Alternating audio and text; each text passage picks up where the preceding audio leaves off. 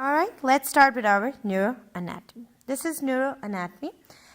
First of all, a student or being a medical student, you all should know what is a neuroanatomy.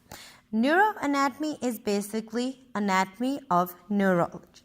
Neurology include brain, spinal cord, your cranial, spinal nerves, autonomic nervous system, peripheral nervous system, neuroglia, ganglion, etc. The structure of all these structures that make up the nervous system, that is called as the neuroanatomy.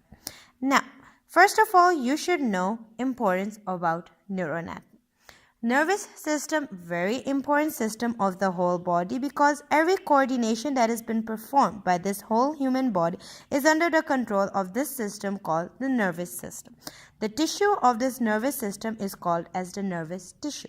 Nervous tissue, very important because every movement associated with the human body, the sensation about whether the subject is hot or cold, is all under the control of the nervous tissue and nervous system. If there is a damage to this nervous system or nervous tissue, the patient or the person will not perform its normal function. Loss of sensation, he or she will not be able to identify whether this object he or she is touching is hot or cold. The movements will not be normal, paralysis can occur, and many other destructions can be done. Now, what is the functional unit of this nervous system? The functional unit of this nervous system is the neurons. Very important. Now, coming to the divisions of this nervous system. Nervous system divided into three main categories. Number one, the central nervous system, which shown here, is composed of the brain and this spinal cord. Second is the peripheral nervous system, which consists of your cranial and spinal nerve, which will then be distributed to different parts of the body to perform the desired action. Third, not shown here, is the autonomic nervous system, which prepares the body for emergency conditions, sympathetic nervous system, and during relaxation, parasympathetic nervous system. These are the three main divisions of the nervous system. Now, coming to this one, the central nervous system, we will study first a little introduction about central nervous system, then peripheral nervous system, then autonomic nervous system. Now, coming to the central nervous system.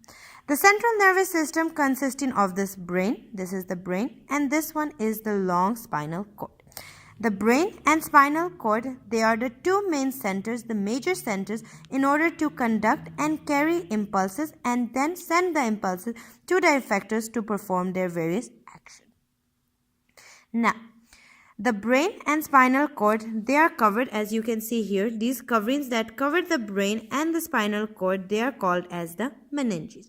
And these two are surrounded by a fluid for lubrication and movement are called as the cerebrospinal fluid. Now, according to histology, this diagram will show you histology of the central nervous system. Here you can see this one, this centrally located. This one. This is the cell of the nervous system. It is called as the neuron. And these extensions, you can see that this is this one. These extensions that are coming out from the neurons, those are called as the long axons or the nerve fibers. And the supporting that is surrounding or supporting these neurons, those are called as the neuroglia cells. So, let me review. This is the neuron. The supporting cells called as the neuroglia. These long extensions called axons or nerve fibers.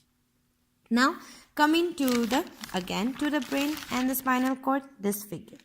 Now, when you see this brain or the spinal cord, it is composed of a gray matter and a white matter. The gray matter, why it is gray and why it is white, is very important to know. The gray matter is because of the neuroglia cells that are present on the inside. On the outside gives it a gray color. And on the inside, when there is extension here, the axon fibers, they leave the brain covered by myelin sheath, which is a lipid bilayer, gives it a white appearance, so it is white. So the outside of the brain is the gray matter, inside is the white matter. Opposite is for the spinal cord. Here you can see more clearly this one. The inner side is gray matter, which is like a H, and the outer matter is white due to the presence of the myelinated lipid bilayer fibers, axons and nerve fibers. That was introduction to the central nervous system. Now coming to this peripheral nervous system, this one. This is the peripheral nervous system. The peripheral nervous system consists of your cranial, the nerves that are coming from the brain, and the spinal coming from the spinal cord. Those form a system that is called as the peripheral nervous system. And the peripheral nervous system, they are basically consisting of the axons or the nerve fibers as they are coming from the brain and spinal cord. But first, as they enter from this brain and spinal cord, they are enclosed in myelinated sheath, like in this form they are coming.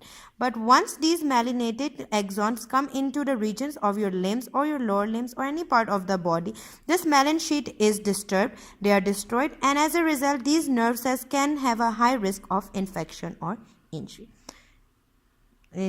So that was about the of the which system? The peripheral nervous system.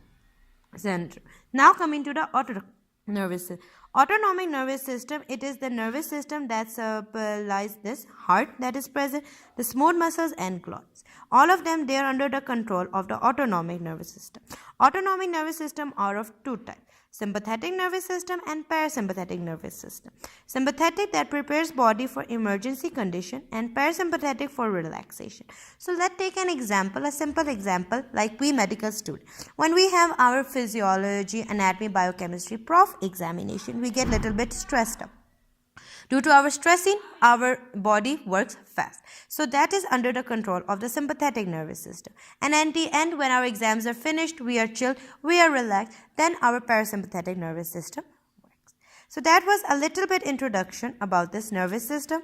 Your central nervous system, brain, spinal cord; peripheral nervous system, your cranial and spinal nerve; and then you have the autonomic nervous system, which are associated with both central and your peripheral, and of two types, sympathetic and parasympathetic. Right? Thank you.